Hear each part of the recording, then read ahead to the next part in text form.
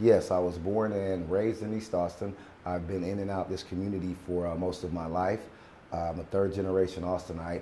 My grandfather was one of the first African American physicians in the East Austin community, and my grandmother was very influential in the East Austin community as it related to politics. She formed the Black Austin Democrats and other political engagement organizations for African Americans and individuals on the East Side at a time when we were fighting for social equity.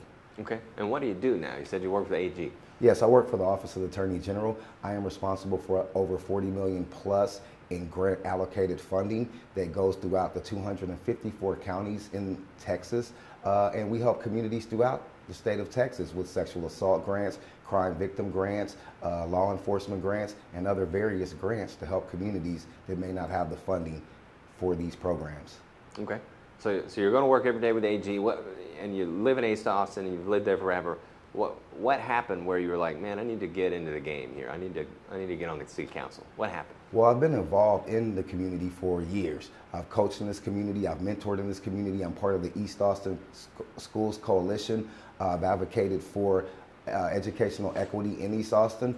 I've been involved in the community in various ways. And I think that this is just the next step in my community service. I've been a community servant for quite some time.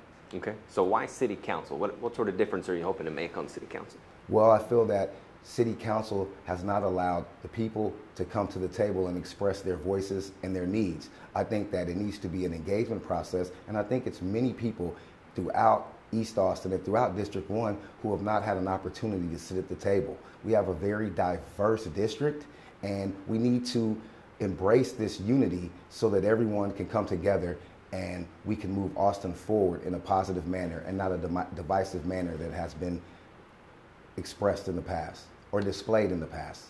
Okay. So there's been a lot of hot button issues at council recently.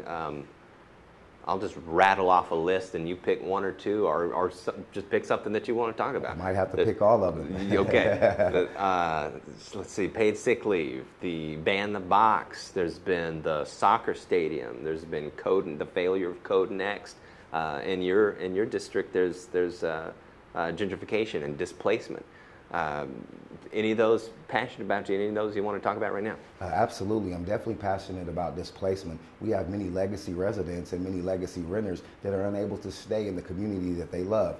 We need to provide solutions for these individuals so that they can continue to stay in the community that they love.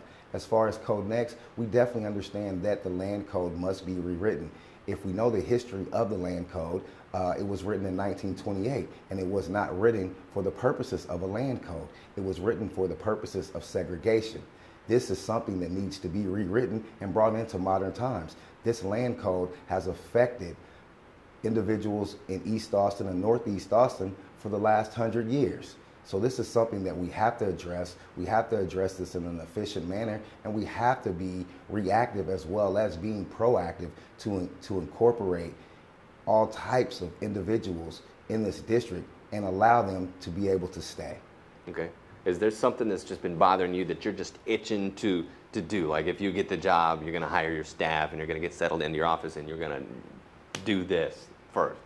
I'm going to have an open door for all my constituents, and I'm also going to bring City Hall to the district. A lot of times, many people are so busy working and they have real life issues and they're unable to come down and express their opinions or their issues or their concern at City Hall. I think part of the problem is accessibility.